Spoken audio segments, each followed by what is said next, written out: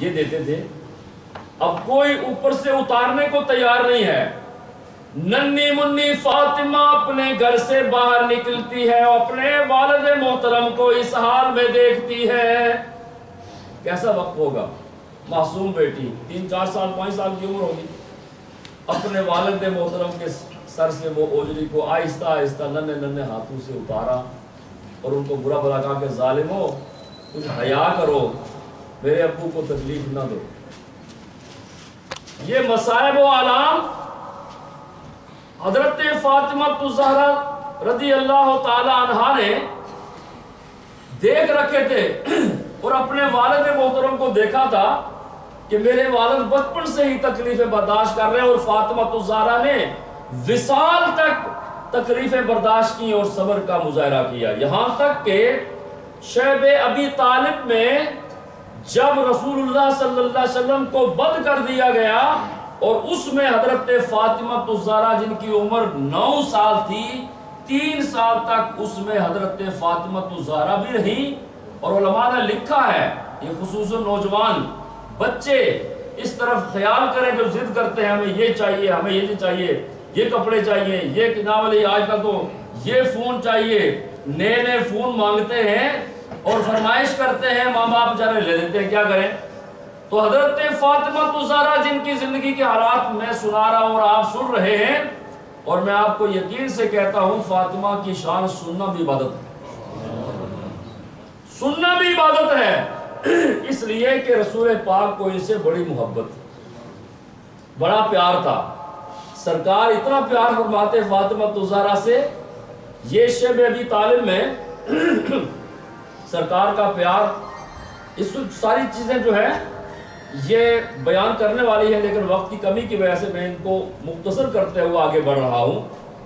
شیب ابی طالب میں 9 سال کی بیٹی فاطمہ بھی موجود. کھانے کو کچھ نہیں، پینے کو کچھ نہیں. صابروں کا گھرانہ نبی کی بیٹی. علماء لکھتے ہیں انہوں نے 3 سال کے عرصے میں شیب ابی طالب میں اپنے ماں باپ سے کوئی ضد نہیں کی کہ مجھے یہ چاہیے، بلکہ صبر و تحمل کا مظاہرہ ہے. یہ ہے نبی کریم صلی اللہ علیہ وسلم کی بیٹی فاطمہ الزہرا. علماء لکھتے ہیں کہ حضرت فاطمہ الزہرا رضی اللہ تعالی عنہا کی جب شادی ہوئی تو حضرت فاطمہ الزہرا رضی اللہ تعالی عنہا کے لیے رشتہ مانگنے کو فاروق اعظم اور ابو بکر کے مشورے پر، رات کو میں پڑھ رہا تھا، ام ایمن نے بھی یہ مشورہ دیا کہ اے علی جاؤ، یہ انتظار ہو رہا ہے اور لوگوں نے رشتے مانگ رکھے ہیں. جب نبی کریم علیہ السلام سے لوگ اپنی بیٹی سیدہ فاطمہ کا رشتہ مانگتے تو اللہ کا حبیب فرماتا میں رب کے حکم کا انتظار کر رہا ہوں. میرے رب کا حکم کیا ہے؟ فاطمہ سے تو رب بھی پیار کرتا ہے نا. فاطمہ کا رشتہ رب کائنات نے کرنا ہے اور میں انتظار کر رہا ہوں کہ رب کا حکم کیا آتا ہے. جو پوچھتا ہے سرکار فرماتے میں رب کا انتظار کر رہا ہوں. جب سب نے کہا اے علی تم جاؤ، تم مشورہ کرو، جا کے بات کرو ان سے. حضرت علی آئے اور سرکار کے پاس دو زانو ہو کر بیٹھ گئے. باادب، مؤدب، رسپیکٹ کرنے والا شخص. کچھ لینا ہو تو بزرگوں کا ادب کیا جاتا ہے. ماں باپ سے بھی کچھ لینا ہو تو عاجزی انکساری کرو، ثواب بھی ملے گا اور جو مانگ ہوگی وہ بھی حاصل ہوگی. یہ نبی کا گھرانہ بتاتا ہے. بیٹھ کے کچھ بولتے نہیں، خاموشی. آپ نے فرمایا علی بولتے کیوں نہیں ہو، کیا چاہیے بولو اپنے منہ سے. حضرت علی نے کہا یا رسول اللہ کچھ نہیں. جب سرکار نے بار بار کہا نا، بس کہ حضور آپ کی تو اتنی مہربانیاں میرے اوپر ہیں، اتنے احسانات ہیں اور کیا مانگوں، بس فاطمہ کے لیے حاضر ہوا ہوں. اگر آپ میری خدمت کو قبول کر لیں تو یہ رشتہ میرے ساتھ ہو جائے. سید دو عالم صلی اللہ علیہ وسلم کو پہلے سے اشارہ ہو چکا تھا کہ علی کا نکاح فاطمہ سے ہوگا، فاطمہ کا نکاح علی سے. آپ علماء لکھتے ہیں کہ اس وقت حضور کی بارگاہ میں حضرت ابو بکر بیٹھے تھے، حضرت عمر بیٹھے تھے اور بہت سے اجلہ صحابہ کرام بیٹھے ہوئے تھے. تو جب حضرت علی نے یہ بات کہی تو وہ صحابہ کہتے ہیں کبھی کبھی ہم رسول اللہ کے چہرے پر مسکراہٹ دیکھا کرتے تھے، ان مسکراہٹوں میں ایک مسکراہٹ آج بھی دیکھی گئی. جب علی نے رشتہ مانگا اور حضور نے اس کو قبول کیا، حضور کے چہرے پر مسکراہٹ آئی. ہے جی کہ علی کا رشتہ ہو گیا. فرمایا ٹھیک ہے بیٹے، اب رشتہ ہو گیا، میں اس کو بھی مختصر کر رہا ہوں. اللہ کے پیارے حبیب خطبہ پڑھتے ہیں. یہ علماء لکھتے ہیں حضور نے فرمایا کہ یہ 2 بار نکاح ہوا ہے. علی اور فاطمہ کا نکاح 2 بار ہوا ہے، ایک بار زمین پر اور ایک بار آسمان پر. آسمان پر ایک بار نکاح ہوا اور ایک بار زمین پر ہوا. آسمان پر فرشتوں نے خطبہ پڑھا اور بڑے بڑے فرشتے گواہ بنے اور علی اور فاطمہ کا نکاح ہوا. اور زمین پر نکاح کا خطبہ پڑھنے والی ذات خود ذات مصطفیٰ صلی اللہ علیہ وسلم. جو بات میں اس میں سے کہنا چاہتا ہوں وہ کہ حضور کی امت سے حضرت فاطمہ کو کتنا پیار تھا. وہ دیکھتی تھی کہ میرا ابا تو ہر وقت امت کے لیے دعائیں کرتا رہتا ہے، ہر وقت امت کا ہی فکر رہتا ہے. تو اس موقع پر بھی میں امت کو یاد کرتی ہوں. نکاح ہو گیا اور پوچھا گیا جی حق مہر کتنا ہونا چاہیے. حق مہر، جہیز، حق مہر جو 2 الگ الگ چیزیں ہیں. جہیز میں جو چیزیں تھی وہ آپ کے علم میں ہے. حق مہر کتنا تھا؟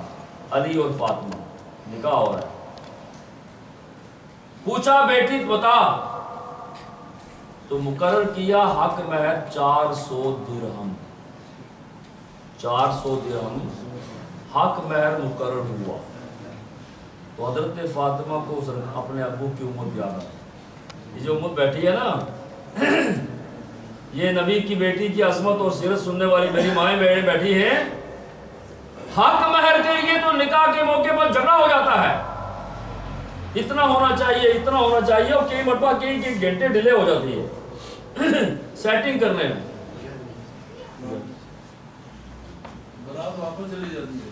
واپس چلی جاتی ہے. ایسا بھی ہوتا ہے، ٹھیک ہے. تو یہ ڈیپینڈ کرتا ہے حالات کے اوپر. بعض لوگ کہتے ہیں کہ مولانا صاحب جو شریعت کہتی ہے وہ رکھیں، لیکن بعض لوگ ضدی کرتے ہیں. آج نبی کی بیٹی کی عظمت سننے والوں سنو، نبی کی بیٹی کا حق مہر کیا تھا. عرض کیا یا رسول اللہ، میرے ابو جی 400 درہم حق مہر آپ نے مقرر کیا، بتائیے آپ کی باقی امت کا حق مہر کتنا ہوتا ہے. فرمائیے 400 درہم. تو کہا ابا جی میرے حق مہر میں اور عام لوگوں کے حق مہر میں تو فرق ہی کوئی نہ ہوا، تو پھر میرا فائدہ کیا ہوا جو آپ نے میرا حق مہر بھی اتنا رکھا ہے جتنا عام لوگوں کا ہوتا ہے. تو کہا بیٹی کیا چاہتی ہو، حق مہر میں کوئی تبدیلی کرنی ہے؟ کہا ابا جی تبدیلی کرنی. اب سننے والی بات ہے، سنہرے اس لکھنے والی بات. حق مہر عورت کا حق ہوتا ہے، مرد کا حق ہے وہ اس کو دے. وہ الگ ہے، وہ معاف کر دے تو اس کو فلی اختیار ہوتا ہے. عورت معاف کر دے تو وہ معاف کر سکتی ہے، لیکن عورت کا حق ہے. نکاح کی کنڈیشنوں میں ایک کنڈیشن ہے کہ حق مہر دینا چاہیے، مؤجل، غیر مؤجل، فوری طور پر، آن ڈیمانڈ یا جیسے. اب اللہ کے پیارے حبیب کی بیٹی اللہ کے حبیب صلی اللہ علیہ وسلم کے سامنے عرض کرتی ہے یا رسول اللہ. دیکھا تھا نا کہ وہ امت کے لیے روتے ہیں، ہر وقت روتے ہیں. تو کیا کہا ابو جی سب کا حق مہر یہ ہے، میرا بھی یہ ہے، تو مجھ میں اور باقی عورتوں میں تو فرق ہونا چاہیے نا. کہا بیٹی کیا چاہتی ہو؟ عرض کیا ابا جی باقی عورتوں کا حق مہر 400 درہم اور آپ کی لاڈلی بیٹی فاطمہ کا حق مہر 400 درہم نہیں، بلکہ اللہ سے وعدہ کروائیے کہ میرا حق مہر یہ ہوگا کہ آپ کی امت بخشی جائے. آپ کی امت بخشی جائے. بس یہ میں چاہتی ہوں. سرکار بہت خوش ہوئے کہ میری بیٹی کو میری امت سے کتنا پیار، سبحان اللہ، کتنی محبت ہے. میرے بھائیوں اور میری ماؤں بہنوں سنو، سیدہ فاطمہ الزہرا سلام اللہ علیہا کے بارے میں آپ کے بیٹے حضرت امام حسن مجتبیٰ کہتے ہیں، میں نے اپنی ماں کو دیکھا، رات کے وقت کئی مرتبہ دیکھا، میری آنکھ کھلتی اٹھ کے دیکھتا تو میری ماں کبھی سجدے میں ہوتی اور کبھی قیام میں ہوتی. یہ بیٹا کہہ رہا ہے حسن مجتبیٰ. یہ نہیں کہ خالی حضور کی وہ بیٹی ہیں، وہ تو عظمت ہے ہی ہے نسبت، لیکن نسبت کے ساتھ ساتھ فاطمہ کی عبادت بھی لاجواب، فاطمہ کی ریاضت بھی لاجواب، فاطمہ الزہرا کا تقوی بھی لاجواب، فاطمہ الزہرا کو اللہ تعالیٰ نے وہ کمال عطا فرمایا جو پوری کائنات میں کسی عورت کو حاصل نہیں ہو سکتا. ام ایمن کہتی ہیں خاتون جنت کے ہاں جب اللہ تعالیٰ بیٹا یا بیٹی عطا فرماتا تو ہم دیکھتے ادھر اللہ تعالیٰ ان کے ہاں ولادت کرتا، بچے کی ولادت ہوتی اور چند لمحات کے بعد فاطمہ الزہرا پاک ہو جاتی. اور ہم نے جس طرح عام عورتوں کو دیکھا ہے اس طرح فاطمہ الزہرا کو نہیں دیکھا. جس طرح عام عورتوں کے ہاں بچے پیدا ہوتے ہیں اور جو کچھ مسائل پیدا ہوتے ہیں، ہم نے فاطمہ الزہرا کے ہاں کوئی نجس چیز نہیں دیکھی. اس لیے علماء نے لکھا ہے کہ فاطمہ الزہرا وہ خاتون ہے تاریخ اسلام کے اندر قیامت تک ایسا مرتبہ کسی کو نہیں مل سکتا جو سیدہ فاطمہ کو ملا کہ جس خاتون کی پوری زندگی میں ایک بھی نماز قضا نہ ہوئی. بھائی نسبت ہونا الگ بات ہے لیکن عبادت کا یہ عالم ہے. میری مائیں میرے تشریف فرمائیں، اللہ تعالیٰ ان کو خوش رکھے، اللہ کی عبادت کرتی ہیں. سیدہ فاطمہ الزہرا سلام اللہ علیہا کے بارے میں حضرت امام حسن مجتبیٰ کہتے ہیں کبھی میں دیکھتا میری ماں فاطمہ ہاتھ اٹھا کر دعا کرتی اور میں نے ماں کو کبھی بھی اپنے لیے دعا کرتے ہوئے نہیں دیکھا. جب بھی دعا کرتی تو سرکار کی امت کے لیے کرتی، کیونکہ انہوں نے اپنے والد کو دیکھا تھا نا دعائیں مانگتے ہوئے.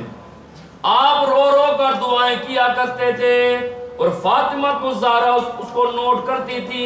اس لیے ہمارے بزرگوں نے کہا اللہ کا حبیب روتا کیوں ہے؟ محمد جو رو کر دعا مانگتے ہیں، محمد جو رو کر دعا مانگتے ہیں، خدا سے خدا جانے وہ کیا مانگتے ہیں. کبھی ہاتھ اونچے اٹھا مانگتے ہیں، کبھی سر کو جھکا مانگتے ہیں. اور اللہ کا حبیب اللہ سے کیا مانگتا ہے؟ الہی کرم کر دے اس امت پہ میری، وہ اس کے سوا